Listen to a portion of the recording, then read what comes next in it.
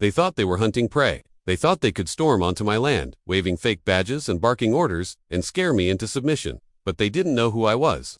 They didn't know this wasn't just some rancher trying to live in peace. They didn't know I was a former Navy SEALand out here on my ranch. I don't bend. I don't break, and I sure as hell don't get raided by a bunch of imposters. It started with the sound of tires crunching on gravel. Out on my ranch, I hear everything: the wind against the barn, the creak of the gates, the hooves of my horses. But this wasn't natural. This was heavy, aggressive, like a convoy rolling in. When I stepped out onto the porch, I saw them. 4 SUVs, black tinted windows, doors flying open. Men jumped out in tactical gear-check vests, knockoff radios, shiny plastic badges clipped to their belts. HOA police. One shouted, pointing like he was in a movie. "Step away from the property. You're in violation." Violation. Out here, 10 miles from the nearest subdivision, I owned every inch of this land. My ranch didn't fall under their little suburban dictatorship, but they didn't care. They strutted like soldiers, forming a line, weapons on their belts that looked real enough to scare most people. But I wasn't most people. I didn't flinch. I leaned on the porch rail. Calm as a man watching the sunset.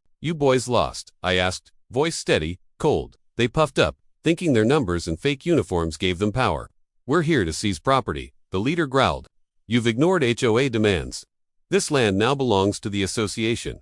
His arrogance was almost laughable.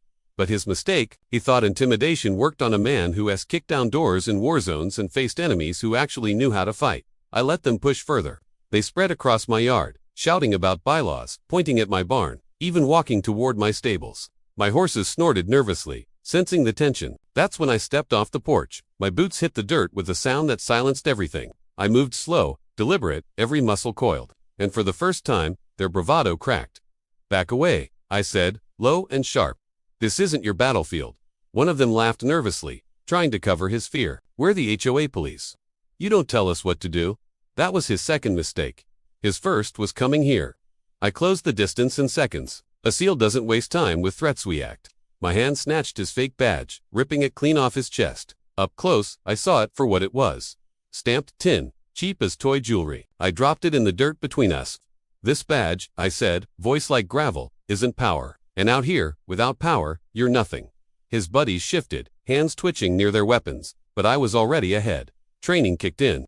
Every angle, every move, calculated. I stepped between them, disarming one with a twist of his wrist that sent his baton clattering to the ground. Another tried to swing, but a pivot and a strike dropped him, gasping in the dirt. 3 men down in seconds, and I hadn't even broken a sweat. The leader froze. His eyes darted between his fallen crew and me, standing tall, unshaken. Who are you?" he stammered. I stepped closer, until he had no choice but to look me in the eye. "I'm the man you should have never come after. Former Navy SEAL, and you just turned my ranch into your worst mistake." Before they could regroup, I pulled out my phone and made one call, not to the sheriff, but to a direct line. Because while I may have retired, my connections hadn't. Within 20 minutes, real law enforcement rolled up, lights flashing, sirens tearing through the quiet ranch air. The fake HOA cops were cuffed, shoved into the backs of squad cars, their fake gear bagged as evidence. The sheriff gave me a look, half relief, half disbelief. "They've been pulling this stunt all over the county," he admitted, "but they picked the wrong ranch this time." Neighbors who'd heard the commotion gathered at the fence line, eyes wide. For years, they'd been bullied by the HOA: threats, fines, harassment, but they'd been too afraid to fight back. Tonight, they saw something different. They saw 4 men who thought they could raid my land get dismantled in minutes, their fake authority crushed like glass. The HOA scrambled to distance themselves, just like cowards always do. They claimed these men acted independently, that they had no knowledge of the raid. But the truth was obvious. Guerin and her board had greenlit the whole thing, believing they could scare me off my land. Instead, they exposed themselves, and now the law had teeth sinking into their empire. Since that night, my ranch has been quiet.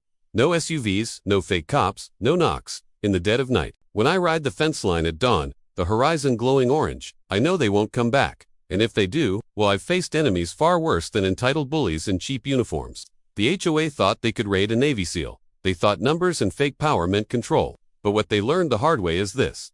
On my ranch, I don't need a badge to defend what's mine. I've got training, grit, and the kind of will that doesn't break. And now, the legend spreads.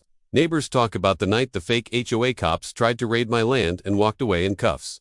Kids whisper about the man on the ranch who took down 4 invaders without breaking a sweat. And the HOA, they live in silence, their power shattered, their fear written in every glance. Because when you raid a Navy SEAL, you don't just fail, you fall.